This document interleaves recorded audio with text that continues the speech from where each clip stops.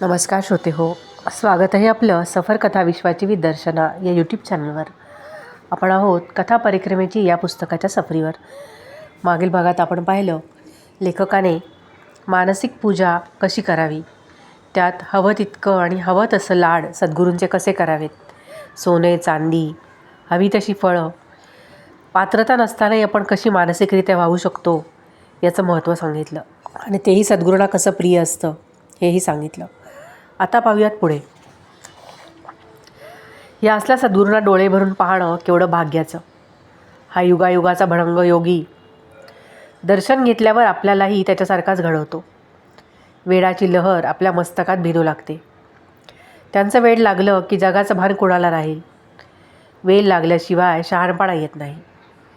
शीर्षासन घालून पाहिल्यावर हे जग सरळ दिसू लागतं. इथलं सर्व विपरीत आहे. अविनाश म्हणाला, स्वामी काही बोला ना. काही तामसी साधना करणारे भर बाराच्या उन्हात डोक्यावर टोपलीत अग्नी घेऊन बसतात. शरीरातून घामाचे झरे वाहत असतात.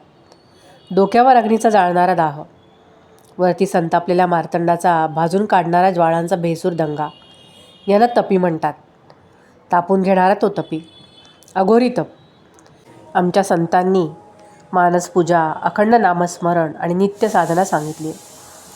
ही बेलाच्या थंड 3 पानांसारखी त्रयी आयुष्यभर सांभाळली तर असल्या तामसी तपाची गरज पडणार नाही. अध्यात्मात तामसी साधनेचा काही संबंध नाही. अध्यात्मात साधक सात्विक, शांत, शरणागत होतो. संत शीतल असतात. तामसी साधना करणारे तपी तामसी होतात. प्रेमाचा रखरखाट, अशांतीचा भडकूपणा, मस्तकात संतापाची होळी धगधगत असते. जगाकडे प्रेमानं बघण्याऐवजी दुष्ट काजळीची घाण फेकली जाते. कलीचं यांचं सख्यत्व आणि सौजन्यता यांची वैरीण, सगळं अंधाराचं घोर अरण्य, वासनेची जनावरं मोकाट कुठेही घुसणारी, यांचे डोळे म्हणजे तिरस्कारानं जाळणारी नजर, ओंगळ अभद्राशी, लगट यांच्या हसण्यात क्रूर क्रौर्याची दुष्ट खळखळत जाणारी लाळ, अभद्राची सावली, साधू आणि या असाधूंची एकत्र वस्ती कठीण, सात्विकता आणि तामसी वृत्ती या भिन्न दिशांची गाठ मारणं कठीण, वैर आणि प्रेम एकत्र कसे नांदतील, यांच्यापासून दूर राहणं चांगलं. आणखी एक अभद्र जात या पृथ्वीवर आहे, दुष्ट प्रवृत्तीची, दुष्ट हेतूंची ही कोळिष्टकं आहेत. वासुदेवानंद स्वामी महाराज किंवा अक्कलकोटच्या स्वामी समर्थांवर सुद्धा या दुष्ट्यांनी करण्या केल्या आहेत. सात्विक लोकांच्या घरांचा नरक करणं, त्यांचं जीवन उद्ध्वस्त करणं, दुष्ट काळी कृत्य करणं, यात त्यांना भयंकर विकृत आनंद मिळतो. विकृत मनाची ही भूतावळ मानवी शरीरानंच वावरते. यांचे चेहरे मायावी असतात. बाहेरून हे गोड हसतात, गोड बोलतात. पूजेत निरनिराळे संत महंतांचे, देवांचे फोटो लावतात. प्रदर्शन असं आकर्षक भक्तीचं मांडतात की साधी भोळी सात्विक माणसं यांना फसतात. कोळी जाळं पसरून भक्ष्याची वाट पाहत बसतो, तशी यांची चाल असते. गोड वागणं, गोड बोलणं, पण नकळत आपलं सावज करून अशी विकृत वागतात की हेच आपला बळी घेत आहेत याची जाणीवसुद्धा होत नाही. आतून आपल्याला खात असतात, पण वरतून आपल्याशी सहानुभूतीच नाटक खेळत असतात. सगळं भयान आहे. अर्थात ज्याच्या त्याच्या प्रारब्धात जे असेल त्यालाच याचा त्रास होतो, नाहीतर साऱ्या जगावर या अभद्रतेनं राज्य केलं असतं. आपण सात्विक राहून नामस्मरण करणं, महाराजांना शरण जाणं, हेच याच्यावरचं रामबाण औषध आहे. अशा अनेकांनी माझ्यावर विकृत करणीचे भयप्रद प्रयोग केले आहेत. बहुती अशी सुंदर दिसणारी भूतावळ खूपदा पाहिली आहे. सद्गुरूंची कृपा असताना कोणाला कशाला का घाबरावं. ज्यांची श्रद्धा बळकट आहे त्यांना भय कसलं. भीती एक कमकुवत मनाचं लक्षण आहे. श्रद्धावान मन कमकुवत कसं असेल. प्रारब्ध आहे ते चांगलं असो वाईट असो, शांतपणे भोगावं. सगळ्यांचे हिशोब असतात, त्या हिशोबात गडबड करायचा प्रयत्न करू नये. प्रारब्ध भोगाला पर्याय नाही. फक्त सात्विकतेनं राहावं, नामस्मरणात राहावं, साधना नित्य ठेवावी. ते प्रारब्ध भोगण्यात श्रद्धेनं भगवंताचं अधिष्ठान असावं. त्रास देणाऱ्यालाही दोष देऊ नये, त्रास देणाऱ्यांचीही निंदा करू नये. द्रौपदीनं कृष्णाला विचारलं होतं, तू आमचा सखा, मैत्र, नातेवाईक, प्रत्यक्ष परमेश्वर, मग आम्ही इतक्या संकटात का? त्यावर भगवंताचं उत्तर होतं, द्रौपदी, प्रारब्ध बलवान आहे, पण मी आहे, सर्व मंगल करीन. धीर धर, हडबडून निराश होऊ नये. रात्र सरतेच, मांगल्याचा, सुखाचा सूर्योदय होतोच. जेवढा कृष्णकुत्त्यांचा भेसूर आक्रोश, किंकाळ्या चालू असतात, तेवढं भयान शांत राहून नामस्मरणाची मस्ती भोगावी. साईबाबा म्हणतात ना, सबुरी ठेवा, श्रद्धा ठेवा. अविनाश, पायाखाली काटे असले तरी चालावंच लागतं. जपून चालावं हे बरं. जेवणाचं आमंत्रण आलं. पोटात कावळ्यांची सभा सुरूच होणार होती. उठलो. आज आवडणारा तळलेला पापड होता, भजी होती, खिचडी होतीच. हात आडवा मारू शकत नाही, कारण पोट फार लहान आहे. आपली मर्यादा सोडून कायम वागलो, पण मर्यादा राखून जेवलो. आग्रहाचा काही उपयोग नाही, हे सर्वांना सवयीनं माहिती आहे. पण मजा आला, तृप्त झालो. म्हणालो, उद्या ज्वारीची भाकरी आणि वांग्याची भाजी हवी आहे, असलं तर दही. या घरातलं शेवटचं जेवण. राम राम. दिल्ली ज्वारी मिळेल का? जेवणानंतर कोचावर आरामात बसलो. शेठजी शांत शांत स्वतःतच बुडालेले होते. जरा वेळानं त्यांच्या खोलीत गेले. त्यांचं शरीर थकलेले वाटत होतं. माझं शेवटचं जेवण हे त्यांच्या अस्वस्थतेचं कारण होतं. सांगून जाईन म्हणालो होतं ना. सुतोवाच करून ठेवलं. जमिनीखाली भूकंपाचे हादरे सुरू झालेत याची जाणीव होती, आणि माझ्या मनात सुटकेचा आनंद ओसंडून वाहत होता. आपला कार्यक्रम पुढे चालू ठेवायला हवा. Show must go on. कोणाच्याही कुठल्याही सुखदुःखाशी आपल्याला काय घेणं? आपण तात्पुरते सर्वांचेच आहोत, पण स्वतंत्र आहोत. आपल्याला काय कमी कामं दिली आहेत, काय कामं करायची आहेत याचं भान ठेवायलाच हवं. Duty first. हुकमाची तामिली कठोरपणे करावीच लागते. कोणी आपलं समजलं तरी आपण कोणाचंही कायमचे नाही, हे सत्य आहे. मायेची खेळी लक्षात घेऊनच जगात राहावं लागतं. मच्छिंद्राला मायेतून बाहेर काढायला गोरक्षनाथाला हाक द्यावीच लागली ना. चलो मच्छिंद्र, गोरख आया. लक्षावर लक्ष द्यावं लागतं. अलख निरंजनची हाक आली की चिमटा, दंडा, कमंडलू उचलून पायांना दोट द्यावी लागते. आदेश मागावा लागतो. आलेला आदेश पाळावाच लागतो. तिथे चुकीची क्षमा नाही. व्यवहारात चूक सुधारता येते. इथे स्वतःला सुधारावं लागतं. फाशी देणारा, फासावर जाणारा, फाशीचा निकाल देणारा आणि फाशीची सोय करणारा एकच असतो. शेवटची इच्छा काय याचं उत्तर फाशी लवकर देण्याची कृपा करावी हेच आहे. कारण पुढची कामंही त्यालाच करायची आहेत. तो त्याचा अधिकारी आहे आणि सेवकही आहे. तुमच्यावर कामं सोपवली की गुरुसुद्धा त्रयस्थ असतो. इथे जो तो आपला ह्यात असतो. सगळ्या कम्प्युटराइज प्रोग्रॅम. सगळं फीड केल्यावर बदल होणं शक्य नाही. इथे ॲक्सिडेंट नाही. प्रोग्राम फीड केल्याप्रमाणेच पार पडणार. साले सगळेच त्रय असतं. काया आली की मन आलं. इथे कायेला मनाला महत्त्व नाही, फक्त कठोर कर्तव्य. कर्तव्य फार कठोर असतं. इथं अश्रू नसतात. आलेच तर बाहेर येता कामा नये. बाहेर आले तर लपवता आलेच पाहिजेत. स्वतःवर स्वतःच तलवारीचा घाव घालता आला पाहिजे. साधना म्हणजे अग्निदिव्य आहे. मायेची इथे राख करायची असते. वेळ आली की मायारूपी उमेलाही शिवाची उग्रदृष्टी सहन करावी लागते. मायेलाही आपली पायरी ओळखून वागावं लागतं. यशात कुठे गडबड होतच नाही, पण झाली तर अफाट अनंत विश्वात तुम्ही कुठे भिरकावले जाल माहीत नाही. एकदा तो क्षण गेला की गेलाच हो. पुन्हा कधी येईल याचा काळ अनिश्चितच आहे. काय ते आत्ता साधून घ्या. जो योग्य वेळी साधतो तोच साधू. बघू जमेल तेव्हा. घाई काय आहे? जमेल तसं करू. असली निरर्थक वाक्य इथे काहीच कामाची नाहीत. इथेच आत्ताच महत्त्वाचं. उद्याचा उधार वायदा फसवा असतो. आत्ताचा रोकडा महत्त्वाचा. या बाबतीत स्वार्थ साधलाच पाहिजेच. कल करे सो आज, आज करे सो अब. आताचा वर्तमानाचा क्षण महत्त्वाचा. वर्तमानाचा क्षण सत्य. वर्तमानाचं लगेच भूत होतं. कोचावर निवांत बसून सिगारेट भोकत होतो. भोक कुणाचा सुटला आहे? अविनाश बसलेला होताच जवळ. त्याची बायकोही आली. खालीच फटकल मारून बसली. बोला स्वामीजी, तुम्ही असं का म्हणालात? शेवटचं जेवण तुम्ही नाही ठरवायचं यावेळी. एकदम अदृश्य नाही व्हायचं. मी तुमची कोणीच नाही का? का असे कठोर होता? किती कृपा करता आणि किती निष्ठुरही होता. स्वामीजी, स्वामीजी, तुम्हाला असं वागणं शोभतं तरी का? अविनाश, तुम्ही तरी काही बोला ना. कोणीतरी बोला ना. अविनाशच्या बायकोची शुद्ध गेली. ती एकदम फरशीवर कोसळली. अविनाशनं तिला सावरायचा प्रयत्न केला. कांदा नाकाला लावला, पाणी तोंडावर मारलं. माझी धावत आल्या. मी तिच्या डोक्याखाली उशी दिली. थोड्या वेळात ती शुद्धीवर आली. पण वादळानं झोडपवलेली वेल असते तशी तिची अवस्था होती. थरथर कापत होती. डोळे स्थिर होत नव्हते.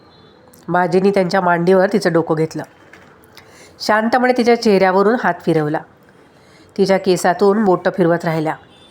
अपार मायेनं त्यांना हुंदका फुटला. तिचं त्यांच्याशी असलेलं नातं त्यांना कळालं होतं. पण त्यांना त्याची फार ओढ नव्हती. एक अबोल करुणा फक्त होती. माणसाला माणसाविषयी असावी अशी निर्हेतुक करुणा. दुःखाला फुंकर घालणारी हळुवार, सात्विक, सहज भावना. त्याला नात्याची आसक्ती नव्हती. हळूहळू तिने शुद्धीवर आली, सावरली. उठून बाथरूमकडे पळाली. अविनाशनं माझ्याकडे कटाक्ष टाकला. त्यात कुठलीही भावना नव्हती. निरुद्देश कटाक्ष. त्रयस्थपणासुद्धा अलिप्तपणाचा भाव असतो. इथे काहीच भाव नव्हता, फक्त कटाक्ष. मी उठून चालू लागलो. गच्चीवर गेलो. गच्चीतल्या एका खुर्चीवर बूड पेकवलं. सिगारेटची वर्तुळं काढत बसलो. अविनाश जरा वेळानं चहा घेऊन आला. म्हणाला, स्वामी, काय ठरवलं आहे? मी तुम्हाला थांबवण्याचा प्रयत्न करणार नाही. थांबा म्हणणार नाही. तरीसुद्धा काहीतरी तुम्ही बोलावं असं वाटतं. तुम्ही खूप काही दिलं आहे, त्याविषयी मी कृतज्ञ आहे. आता कुठल्याही प्रसंगानं काही फरक माझ्यात होणार नाही. तुम्ही म्हणता शेंगदाणा आतून पूर्ण सुकला. त्या शेंगेला चिकटलेलं हिरवं बारकं देठ वाळलं की दाणा सुटा होतो.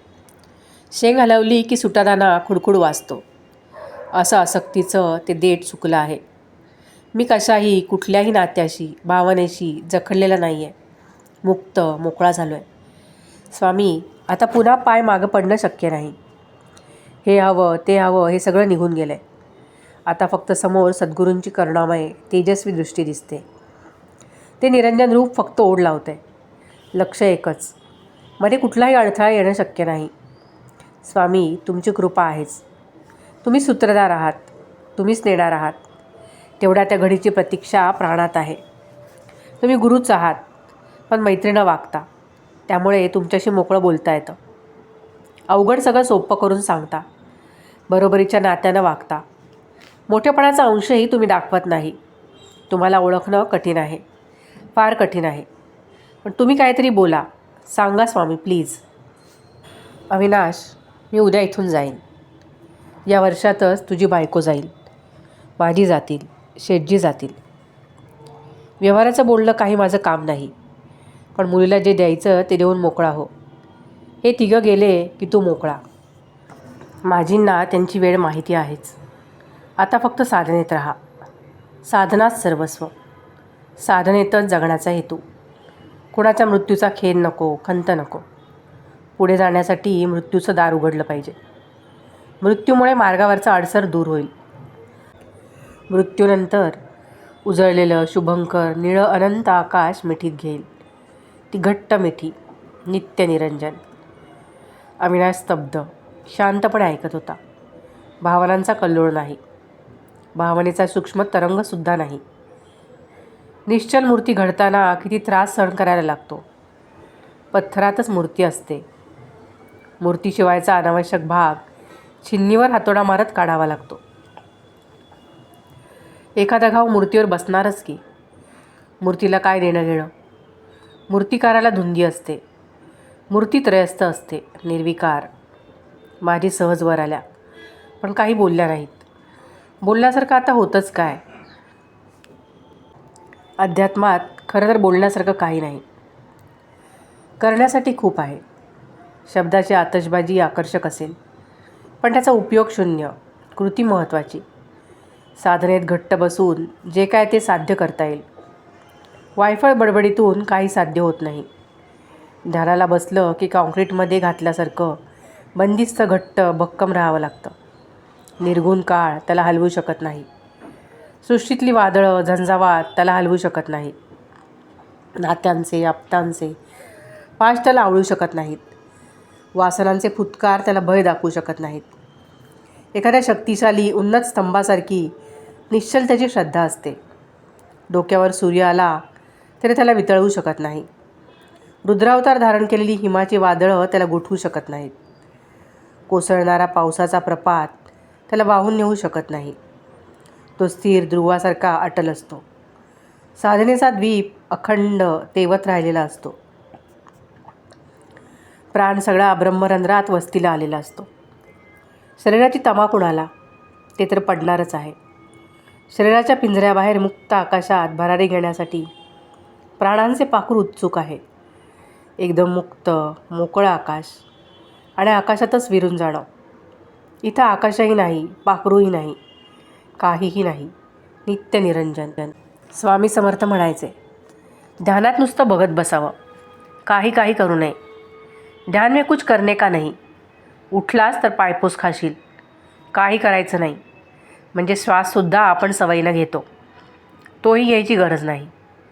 गरज नाही म्हणजे ध्यानात श्वाससुद्धा बंद होतो. हळूहळू सवयीनं बंद होतो. समाधीत श्वास बंद होतो. नाडीचे ठोके बंद होतात. ध्यानात काही करायचं नाही म्हणजे हे फक्त बघत बसायचं. विचार कसेही असोत, फक्त बघत बसायचं. त्यानंच सगळं साध्य होईल. ही आहे साधनेची सोपी सहज पद्धत. सहज आसन, सहज ध्यान, सहज पद्धत, सहज आसन, सहज ध्यान, सहज समाधी. पुढे राहिलं काय? काही राहिलं असलं तर स्वामी समर्थ आहेत. माझींनी अविनाशला चहा आणायला सांगितला. म्हणालो, माझी चला खालीच जाऊया. खाली आलो. या घरात कधी कोणी रेडिओ लावला नव्हता. मी सहज त्याचा कान पेरला. सिनेमाचं गाणं लागलं. सगळ्यांना बोलावलं. गाण्याचे बोल कानातून हृदयात पाजरू लागले. छुपा लो यू दिल में प्यार मेरा कि जैसे मंदिर में लो दिए की. तुम अपने चरणों में रख लो मुझको, तुम्हारे चरणों का फूल हूँ मैं सर झुकाए खड़ी हूँ प्रीतम, छुपा लो दिल में. यह सच है जीना था पाप तुम बिन, ये पाप मैंने किया है अब तक, मगर है मन में छबी तुम्हारी, छुपा लो दिल में. पुढचं गाणं लागायच्या आधीच घाईने रेडिओ मी बंद केला. ऐकलं की इतकं विलक्षण होतं की अंगावर शिरशिरी आली. मनाची तार झंकारली. वा भैया, काय गीत आहे. गीताचा अर्थ सर्वांनाच हेलावून गेला. सुंदर, सुंदरच. ती मंदिरात जळदारी लव म्हणजे ज्योत आपल्या देहाच्या मंदिरात शांत तेवतच आहे असं वाटतं. किती सुंदर अर्थ आहे. वा भाई वा. रात्री अंथरुणावर अंग पसरलं. शांत निवांत. नामस्मरणात मग पहाटे नित्याची जाग आली. कालच्यासारखेच आपापल्या जागी साधनेला बसलो. तासाभरानं उठलो. गच्चीवर खुर्चीत बसून होतो. अविनाशची बायको चांदीच्या पेल्यात चहा घेऊन आली. नको नको म्हणत असताना पायाशी बसली. स्वामी, घरची कधी आठवण येते का हो? अचानक तिच्या आलेल्या प्रश्नावर मी रोखून पाहिलं. सिगारेटचा कश मारला. धूर धुक्यात मिसळून विरघळत होता. मी येडपटासारखा तिच्याकडे बघतच राहिलो. सांगा ना, घरची कधी आठवण येते का? बाई गं, असले प्रश्न विचारतेस. घरातून बाहेर पडलं की डोक्यातून घरही निघून जातं. हे जग वेगळं, ते वेगळं. आजपर्यंत कधीही आठवण आली नाही. अगदी या क्षणीसुद्धा कोणाचा चेहरा डोळ्यांपुढे आठवत नाही. प्रपंच त्यांच्या ठिकाणी ठीक आहे. प्रपंच नेहमीच बाहेर ठेवावा. आपण प्रपंचात असलो तरी प्रपंच आपल्यात नसावा. कबीरजी किंवा लहरी महाशय किंवा परमहंस किंवा सगळेच संत असेच होते.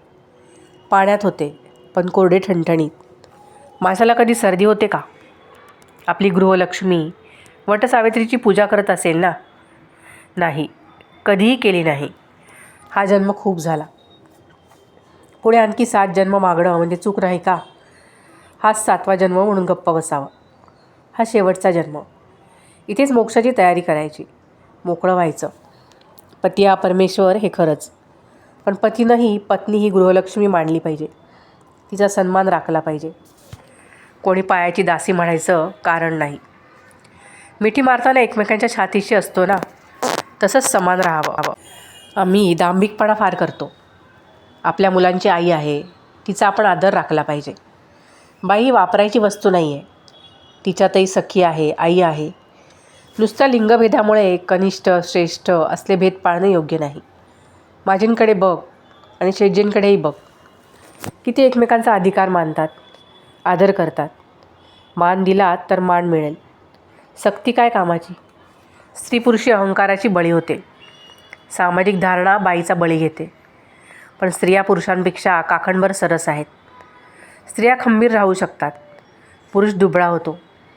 संकट आलं की समजतं कोण खरा कणखर आहे. पुरुषांना साथीदार हवा असतो. स्त्रिया मनाची शक्ती चांगली वापरतात. अनेक स्त्रिया एकट्या ताट जगताना मी पाहिल्यात.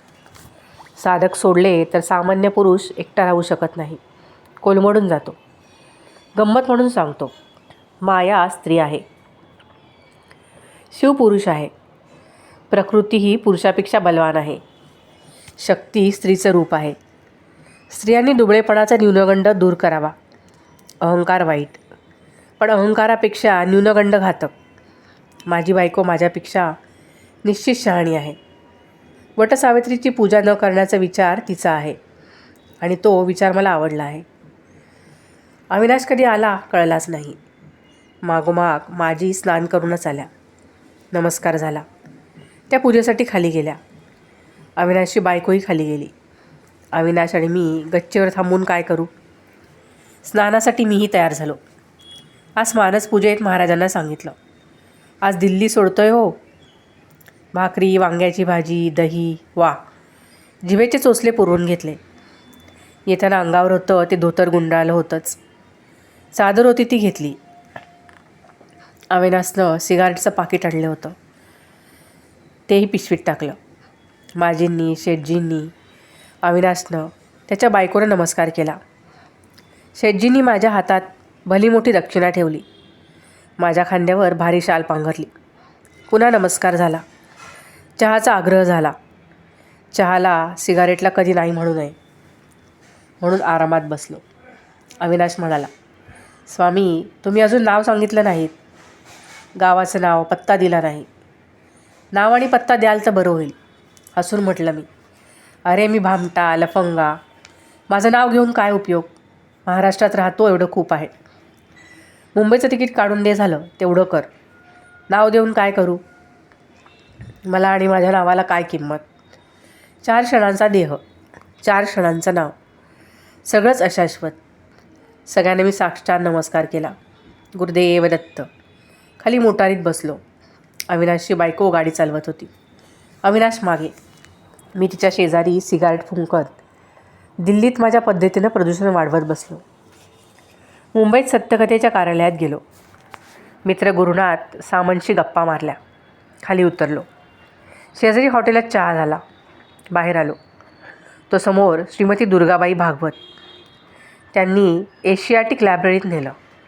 खायला दिलं. तिथे वाचत बसलो. संध्याकाळी त्यांच्या घरी त्यांनी नेलं. 2 दिवस त्यांच्या घरी राहिलो.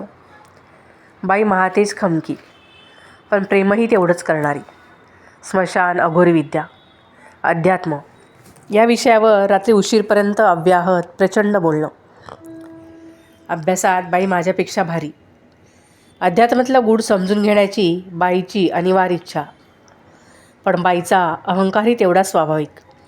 लोक म्हणतात बाई फटकळ आहेत, पण माझ्या वाट्याला फटकळपणा आला नाही.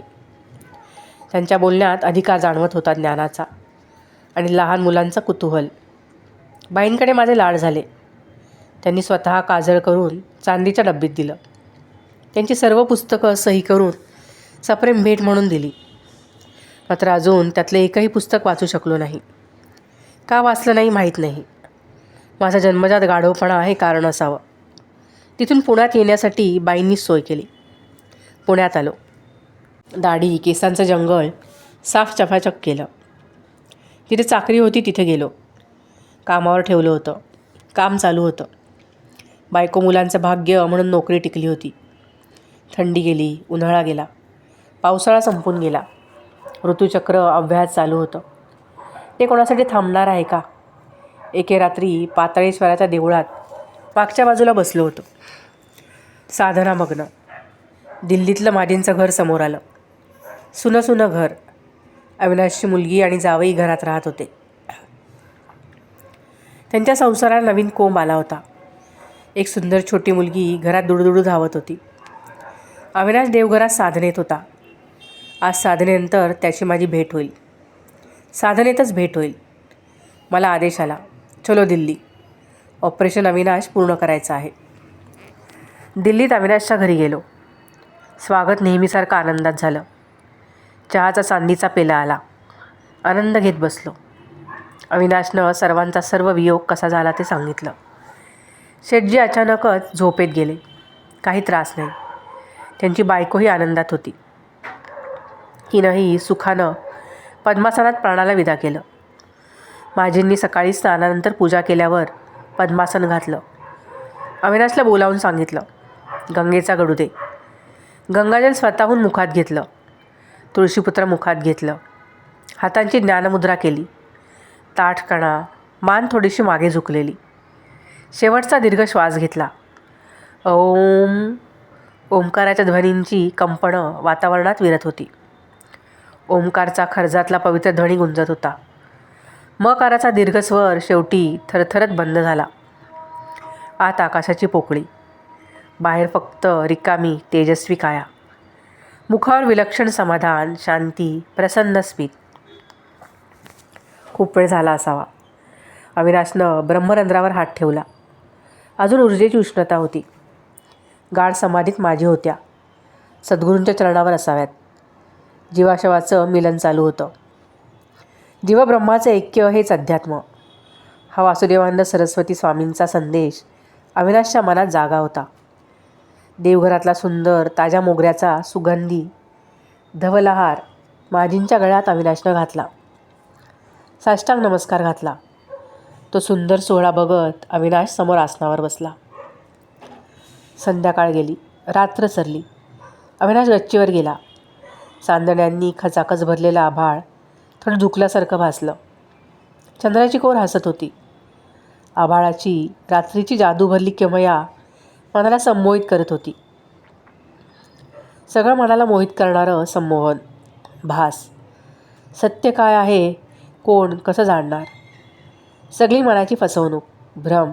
सत्य दूर कुठेतरी अंग चोरून उभं राहिलं आहे असं वाटावं. पण सत्य कुठे अंग चोरून कशाला उभं राहील? सत्याचा प्रखर झोत आपण पाहू शकत नाही. कारण भ्रमाचा, भासाचा अडथळा आपल्या डोळ्यांवर आहे. सत्य ठणठणीत आहे. तब्येत आपली बिघडली आहे. सत्याकडे पाहायला आपली हिंमत होत नाही. सत्य प्रखर आहे, कठोर आहे. सगळ्या वासनांचे, अहंकाराचे, आसक्तीचे पाश तोडले की सत्य जवळच वाटायला लागतं.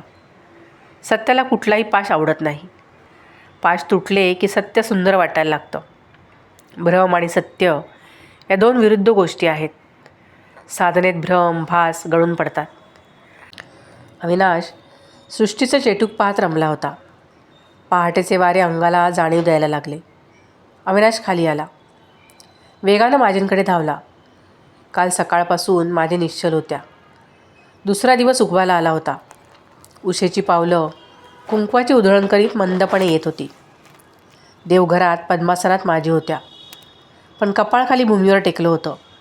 अगदी सरगुरू चरणांवर शरणागत. ध्यानमुद्रा सुटली होती. तळवे मांडीच्या बाजूला खाली टेकले होते. पुढच्या तयारीला अविनाश लागला. मुलगी आणि जावई घाईघाईनं पुढल्या कार्याला लागले. औपचारिकता म्हणून डॉक्टरांना बोलावलं. दुपारपर्यंत सर्व कार्यक्रम पार पडला. अविनाश बोलता बोलता थांबला.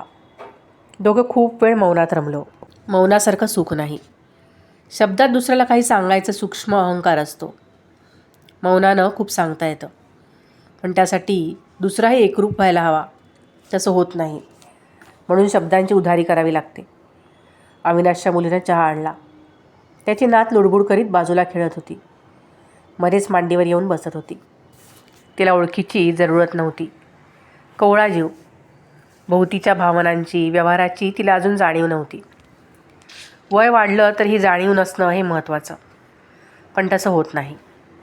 झाड मोठं झालं की फांद्यांचा विस्तार वाढतो. फुलांचे गेंद येतात.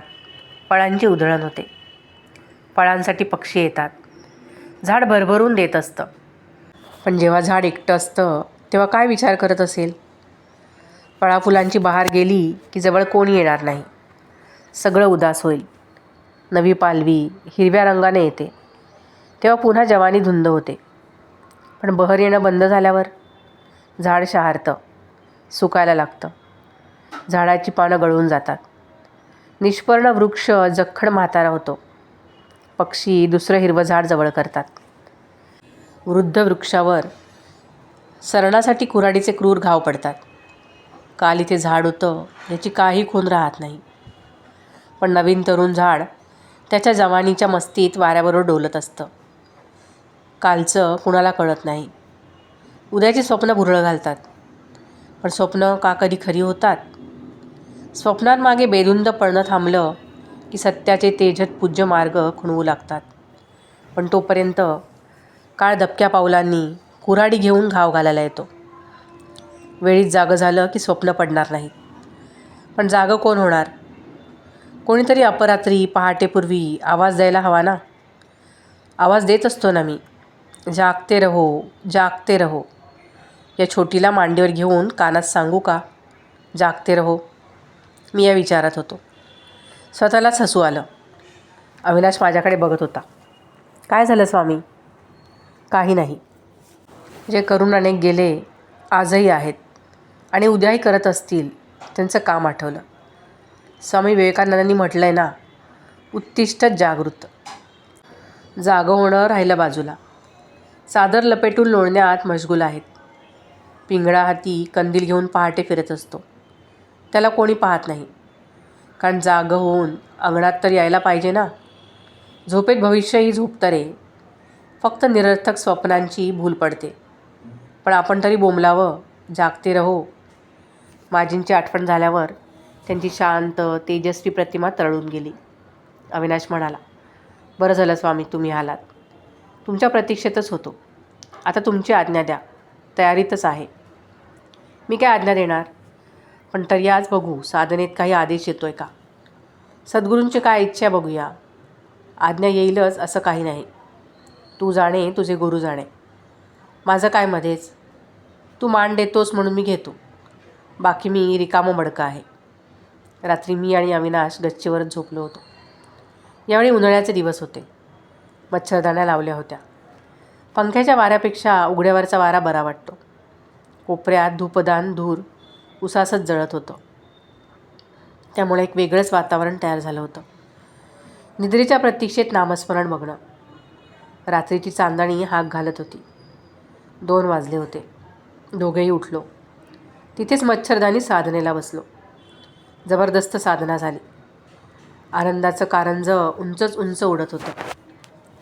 पाण्याचा जिवंतपणा वेगळाच आनंद देतो. अविनाश स्नान करून आला होता. चहा तयार होता. गच्चीवरच बैठक मारलेली. म्हणाला, स्वामी तुमच्या आधीच अर्धा तास झाला उठलो. मजा आया. बस मजे ले लो यार. काय म्हणतोस? दोघंही निरर्थक हसलो. तोच म्हणाला, स्वामी तुम्हाला कल्पना असणार आहेच. तरी बोलतोय. साधनेच्या नंतर मस्तीत बसलो होतो. तुम्हीच समोर आलात. कमरेला लंगोटी, हाती लाठी. मी तुम्हाला म्हणालोसुद्धा, स्वामी लाठी कशाला घेतली आहे? हसून म्हणालात, तुला चांगला झोडपणार आहे. झोडपणार? मी तयार आहे. मी प्रत्यक्ष अनुभवत होतो. संशयाची भानगड नव्हती. तरी डोळे उघडले गेले. तर तुम्ही बाजूच्या मच्छरदानीत साधनेत रमलेले. डोळे आत ओढले गेले. सुम्म बसून राहिलो. जणू या विश्वात मी एकटाच आहे. किती वेळ माहीत नाही. खूप काळ गेला असावा असं जाणवलं. आणि पुन्हा तुम्ही समोर. तोच अवतार. म्हणालात, काय निघायचं आहे की नाही? उठ आता. कोणाच्या मरणाची वाट बघतो आहेस? सगळं इथं सोडायचं आणि सुटायचं मुक्त. या दुनियेची झगमग नाही. सगळं मागं ठेवावं. आपलं आहे का इथे? काही आहे का? तुम्ही हसत विचारत होता. मी गंभीरसुद्धा झालो नाही. म्हणालो, तुमच्या आज्ञेसाठी थांबले स्वामी. कसली आज्ञा? तो बाप तिकडे वाट बघतोय. चलो निघायचं. घ्या सगळ्यांचा निरोप. परवा सकाळी इथून सुटायचं. मलाही परत जायचं आहे. तू काही एकटाच नाही आहेस. खूप जणांना धक्क्याला लावायचं आहे. लहानपणापासून हेच काम दिलं आहे. तेच करतो आहे. मला तिथे साधना करायची किती ओढ आहे. जीव काही वेळ तडफडतो. पण सद्गुरूंना आमची दया नाही. म्हणतात तुला एकट्याला समाधीचा आनंद घ्यायचा आहे रे. किती स्वार्थी होशील. दिली त्यातली कामं करा. मिठाई खायची ती एकट्यानं लपवून का खायची? सर्वांना वाटून खावी. जा त्याला घेऊन ये. पुढचे पुढं बघू. लोकांची साधना किनाऱ्याला लावून देणं हीच तुझी साधना. श्रोते हो, आजच्या भागात इथेच थांबूयात. आता अविनाश केव्हा आणि कसा जातोय हे ऐकण्यासाठी भेटूयात पुढील भागात. तोपर्यंत धन्यवाद.